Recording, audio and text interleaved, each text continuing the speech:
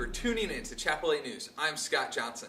And I'm Ashley Johnson, bringing you today's latest news. Here are today's top stories for December 13th, 2011.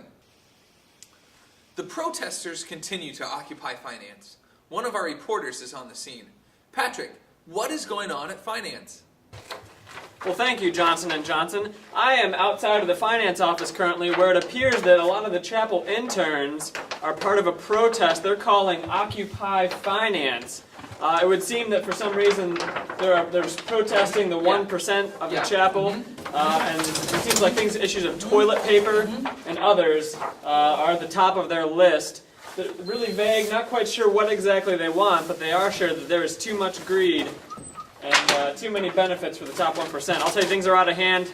There's rumors spreading, and these people are just crazy. These interns are just downright crazy. I'm a little worried for my life. But I interviewed a few of them earlier to see what they had to say about why they're protesting and what they're protesting. We'll cut to those videos. Alright, so I'm here with Scott Johnson, another newly employed intern by the chapel. And Scott, what would you say exactly that you guys are protesting here today? We're protesting greed, because it is a horrible thing. So, what is this greed you're talking about? Greed just wanting more and more. And more. More. Well, give me some specifics. What specific actions of greed are you protesting? Well, the people that have stuff, they just want to get more stuff. And that wanting of more stuff is just something that the 99 can't do, and it should be fair. Fair. Well, there you have it, folks. Things should be fair and less greed.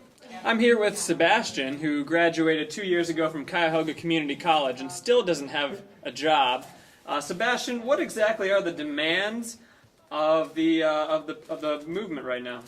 Well, definitely more toilet paper and different toilet paper. How do they expect us to use this stuff? Do you know how many Band-Aids I have? Anyways, I heard it's a conspiracy. I tell you, I heard that John Platt guy. I heard he has his own bathroom with Downy double soft toilet paper. Downy double soft, huh? How do you know that? No comment. Well, there you have it. John Platt is using Downy Double Soft, and the 99%, this stuff. The Tea Party took their most aggressive actions yet over the weekend. It all started with the December convention. One of our camera crews was able to capture some footage. Are we going to stand for unequal representation anymore?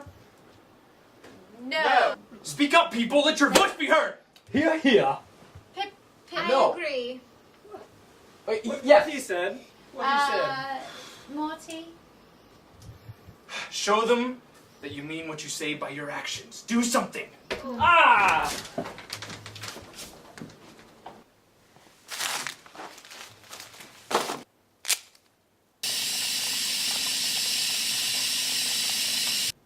Oh my. I have breaking news coming out of Los Angeles, and this can't be good. Kim Kardashian and Kris Humphries are getting a divorce. I didn't even know they got married yet. How can they get divorced if they haven't even been married? We have one of our reporters on the scene, Mike Hawarda. Hopefully he can tell us what is going on. Mike? Thank you, Johnson & Johnson. I'm here live in Los Angeles, California, at the site of where the Kardashian wedding took place, most likely. And I'm here to confirm that the news is real. Kim Kardashian, the TV reality star, and Kris Humphries, the wannabe NBA star, have officially filed for divorce earlier this morning. They are quoted by their lawyers as saying the reason for their divorce is irreconcilable differences. How could a couple only be married for 72 days? To help answer that question, I've turned to the leading celebrity marriage expert that I know, Pastor Wes Hartsfield. Pastor Wes, thank you for joining us. Yes, can you please explain why the Kardashian marriage only lasted for 72 days? What we're saying in the counseling world is that the Kardashians were affected by what we are now calling the Kardashian syndrome. The Kardashian syndrome? That's right, the Kardashian syndrome. Tell us more. What do you mean? See, in the new DSM-5, that will be published in February, we are saying the Kardashian syndrome is anything that will last less than 72 days. So anything that does not go longer than 72 days falls under the Kardashian syndrome? Yeah, we say that it's been affected by the Kardashian syndrome. Okay, and what makes the syndrome so dangerous? Why we are tracking it now is because we don't know what causes it, but that it's very, very dangerous. And we see it in all aspects of culture. Explain that. Where else do you see the Kardashian syndrome? In sports, the NBA fans, they stopped caring about the NBA lockout less than 72 days than when it started. And also, from the start of the NFL season, the Cleveland Browns didn't have hope for longer than 72 days. Fascinating. Anywhere else that you have seen the Kardashian syndrome? Mike, there's tons. Another example would be in politics, that the integrity of any presidential candidate doesn't last longer than 72 days. Wow. We are dealing with a very powerful and very influential syndrome. That's right. And this is not just affecting secular culture, but the church has been Kardashianized.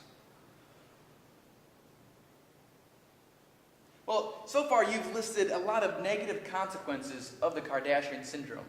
Is there anything positive? Is there any upside to the Kardashian syndrome? You know, I don't think there is. It's just a tragic, tragic sickness. Well, of course. And yet, aren't there some things that you would not want to see after 72 days? Can you think of anything? No, Nothing at all? nothing. Of course not. Reporting live from Los Angeles, California, with Chapel 8 News, this is Mike Hawarda. Stay classy.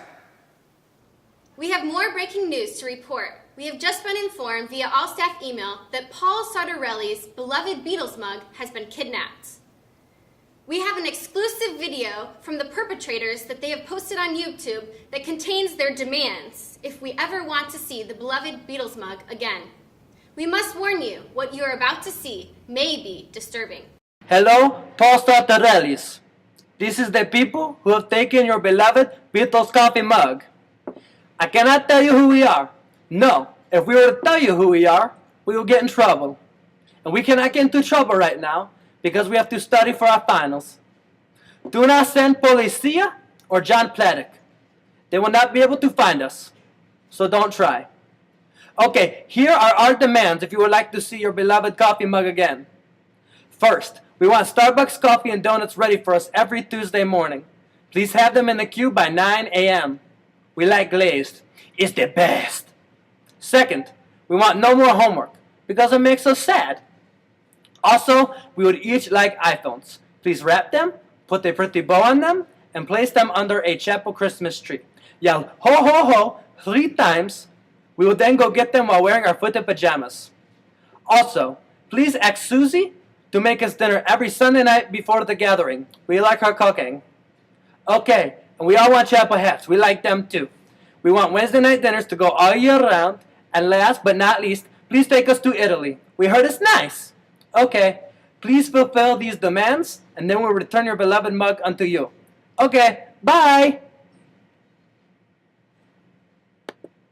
Shocking! Pastor Paul Sartorelli has yet to make a statement in response to the perpetrators' video. But let's hope he meets their demands. It is the only way he will ever see that beloved Beatles mug again. Our next story takes us to the athletic facilities at the chapel. That's right.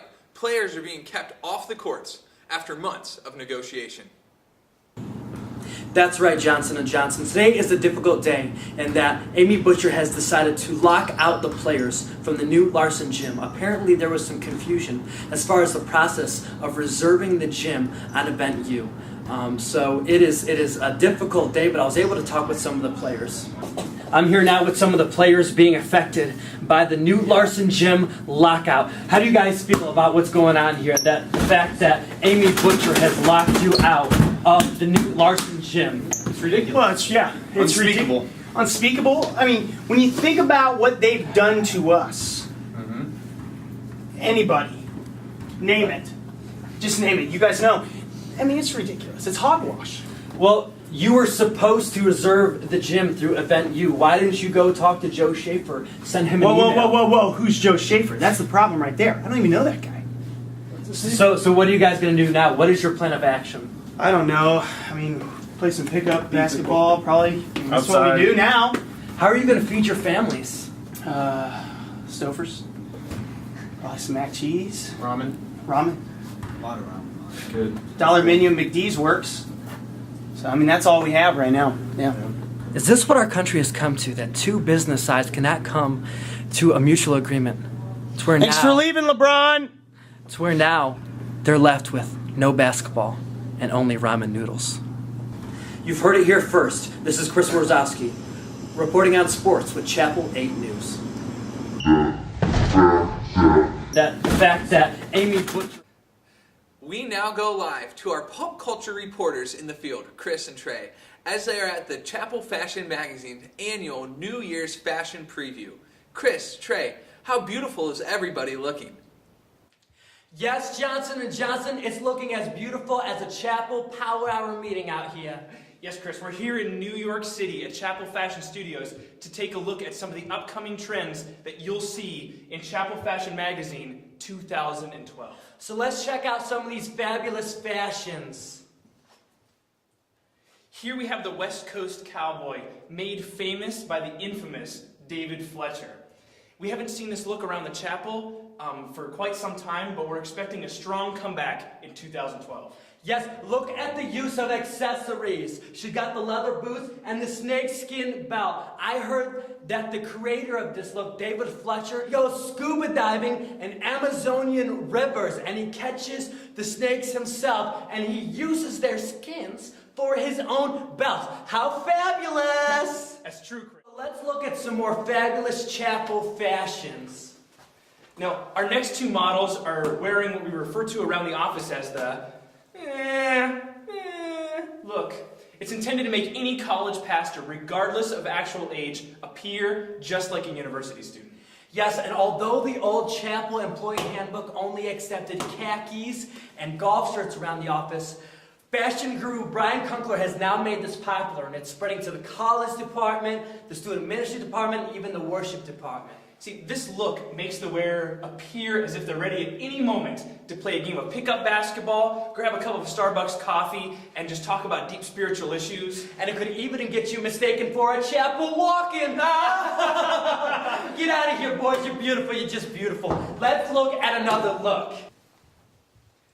Chris, here we have a perfect example of the ever-popular European style that has just been taking over at the top ranks of the chapel staff. Yes, look at this beautiful suit. Expensive suits like this are only worn by mafia hitmen, lawyers, and chapel pastors. Now, Chris, this suit has an inside pocket that allows you to carry with you at any moment your hair care products, so that if your hair gets one bit out of place, you can whip it out and prim and proper yourself all up. Michael, get out of here. You're beautiful. Go home, eat some Fruit Loops, darling. Get out of here. Just go. Just go. You're beautiful. Just beautiful. And so it's going to be a beautiful year in 2012 at the chapel. Back to you, Johnson & Johnson. Thanks for spending your evening with us, and have a holly jolly Christmas. And a Happy New Year. I'm Johnson. And I'm Johnson. Have a good night, everybody.